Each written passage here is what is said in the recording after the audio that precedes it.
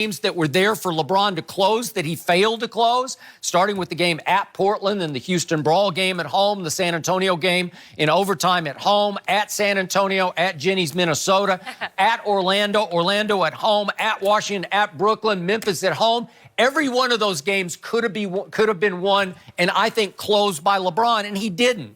But he takes no responsibility for that, and so it's like he's blaming his young teammates or all of his teammates for putting us in this predicament. And that leads to number 3. Well, Skip. Yeah, go ahead. They went from the 4th seed to the 10th seed when LeBron was out. I mean, he just stated a fact. Okay, if the young boys can't handle it, grow up. Okay, but it's the West. It's hard. They went 6 and 12. Fortunes rise and fall quickly. And obviously they missed LeBron, but they also won a few games that I thought were pretty good. The game at Oklahoma City was really good. Should have won at Houston. 6. They lost 12. Okay. They should have looked at that and ballers look at that, okay, the best players out, yeah, we miss him. But, hey, this is my opportunity to step up. I want to show the Lakers, I want to show LeBron, I want to show everybody that I can ball, that we can get it done without LeBron. And they didn't. They lost to the Knicks. They lost to the Cavs at home. LeBron just stated a fact. I just stated a whole bunch of facts of a whole bunch of losses that LeBron suffered that he should be held responsible for. Now let's go to number 3. Similar point. He says, yeah, I mean, if I can get to the postseason, whatever team I got, I feel like we got a good chance. Well, it's like you're just dismissing the rest of your teammates as garbage. Like, if I can get this team to the playoffs, we still got me, so we got a chance in the playoffs. Chris, this is already on hair trigger because LeBron, unfortunately, through Rich Paul, made it very clear that he was very willing to trade all of his kids, all of his talented young kids for Anthony Davis. Well, that's going to be an issue psychologically in the locker room going forward without him making statements like this. This is the opposite of leadership. This is rubbing the kids' noses in it that he says, if I get this team to the postseason, it doesn't matter what kind of team we got a chance because of me. You can't say that if you want to lead a team and get the best out of all of your kids in the highest, biggest moments as the playoffs approach. That's the wrong thing to say. And I know, like, Tom Brady gets ripped and ridiculed for saying nothing, speaking in platitudes and cliches. I'll take Tom Brady over that any day because Tom Brady's team loves Tom Brady. Your response. Skip, you brought up Michael Jordan earlier. Did Michael Jordan not lead with tough love?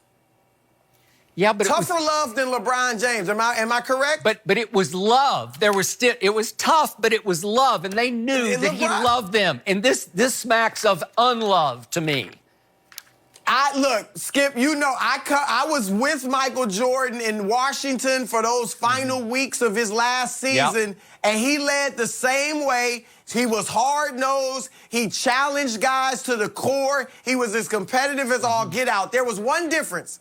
He no longer could lead a team to not even a championship, but the playoffs. And those young guys in that locker room who grew up idolizing Michael Jordan, they couldn't stand him. They couldn't take it. Michael was such a great leader because it was tough love, but ultimately because he was so good that he could lead you to championships. And the other guys, even if they didn't like it, they got on the bandwagon because, hey, it's a circus and we're benefiting from it. So let's ride it. Okay. And LeBron is challenging these kids with tough love. I get what you're saying. They're human beings. It's going to be tough. They're young. Their first time in the trade, on the trade rumor mill.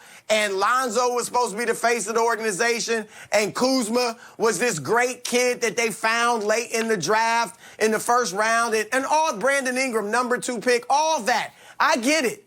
But this is the NBA. It is a business, and they have learned it the hard way. If they can't handle it, then they're not cut out to play in the NBA at a high level. This is what happens when you join LeBron, expectations rise. He holds himself to a high standard, and he holds every one of his teammates to a high standard. And the ones that can't handle it, then they shrink back, they get traded, cut, whatever. I think the young boys can handle it. I know Kuzma can. I want to see if Lonzo and Ingram can. But I think it's tough love, and this is NBA life. This is the business of basketball, and they just have to accept it, grow, and learn from it. Chris, Michael Jordan never went and sat at the very end of the bench, literally trying to separate himself, distance himself from his teammates that he could not stand. This smacked of the LeBron James who exits the game and goes to the very end of the bench like, I don't want anything to do with you guys because you guys are a bunch of garbage. Doesn't he have that? But isn't it a special seat? Special for his seat. back? Oh, it's special. Yeah. He sits there all the Special, time. yeah. And remember, Skip, there was a teammate, I don't know if it was Rondo or somebody kind of next to him, and then he got up to go in the game. So it made it look, it wasn't a good, the optics were bad. But say. we know, I don't think Yeah. it was really as bad as it looked. My final issue is LeBron's comment that I love being uncomfortable. In fact, he goes so far as to say that I fall in love with being uncomfortable. Well, then why did you leave Cleveland and take your talents to South Beach to join forces with Dwayne and Chris Bosh and Pat Riley? Because wouldn't that increase your comfort zone and your chances of winning? And then why did you leave your best friend Dwayne Wade high and dry and go back to Cleveland to join forces with young and upcoming star Kyrie Irving? And then why did you leave Cleveland behind to come to L.A. when it looked like you couldn't win with what was left in the cupboard at Cleveland last year? I don't think he loves being uncomfortable, and he sure didn't love being uncomfortable in that first finals with the Heat when he just shrank and disappeared. So I don't get that. That just sounds like he's trying to talk himself up and increase his mystique and legacy when, again, he hasn't shown me he loves discomfort. If you talk to David Griffin, former GM of the Cavs when they won that championship, remember, every year in Cleveland, Skip, there was drama. And pretty much every year in Miami, too, there was drama. What David Griffin would tell you is LeBron loves this. A lot of it, Skip, you have to admit, was manufactured by LeBron. You said it yourself, he was the he drama loves drama. king. I got that. But why does he create that?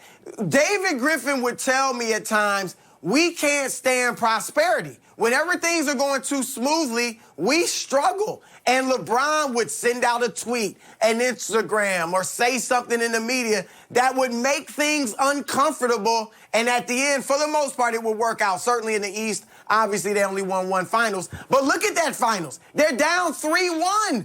If that's not enjoying being uncomfortable, what is? That's enjoying the pressure is off. NBA history. Nobody expected anything at that point. No, come on. The pressure's never there off was no LeBron, pressure. First of all. It was over. He's always under pressure. To come back from 3-1, you're not going to give him that, Skip? That's a great achievement. There's nothing but discomfort there, and he overcame. So I'm buying it. Nobody cared. That was the most comfortable he ever was in his whole career. There were no expectations. They were the underdog every game, all the way home. And it happened, and it was shocked. I think LeBron was the most shocked guy in the arena at Golden State when they won Game 7 because Kyrie hit the last shot. So, way to go. He told his team, we're winning this. Ask Dante Jones. He's up there at FS1. He told his team, we got this.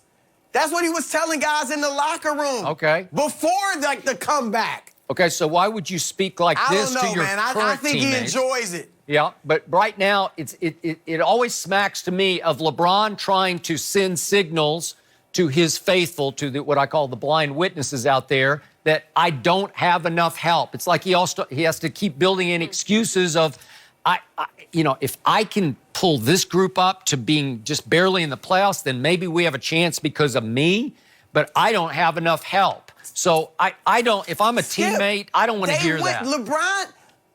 LeBron didn't make them go 6-12. I mean, that has nothing to do with LeBron. Okay, well, did 20 and 14 have to do with LeBron? Did the 14 losses? Well, yeah, I mean, that's pretty good. This is a 35-win team that he lifted to the 4th seed. Okay, but that team... I mean, that's good. Then he's out for 5 weeks and they all fall all the way to 10? Okay, but I gave you this... you can't put that on LeBron. During the first 34 games, I kept telling you, you're right about this team. It's way better than I thought it was. Yet every time that they were in position to close a deal in all the games that I read to you, they failed. And 20 and 14 easily could have been 27 and 7. Seriously, I wouldn't have been shocked by that. They were in position in all those games to be 27-7, and we wouldn't be having this conversation right now about can the Lakers make the playoffs, because they would be a viable middle-of-the-pack seed in the Western Conference. Well, that's what they're going to be trying to do next. Well, he says he's activated. 25. Either way, I love They're coming for your Spurs, Skip. They're coming for your Spurs. They are Chris, not going to catch bring my that Spurs. up right before we go to break. That's just cruel. All the way it's from not. New York. I shot it down. I'm good. All right, Chris, you're going to join us later in the show. Coming up next with Skip, Le'Veon Bell, the big bucks. We'll discuss everything there next.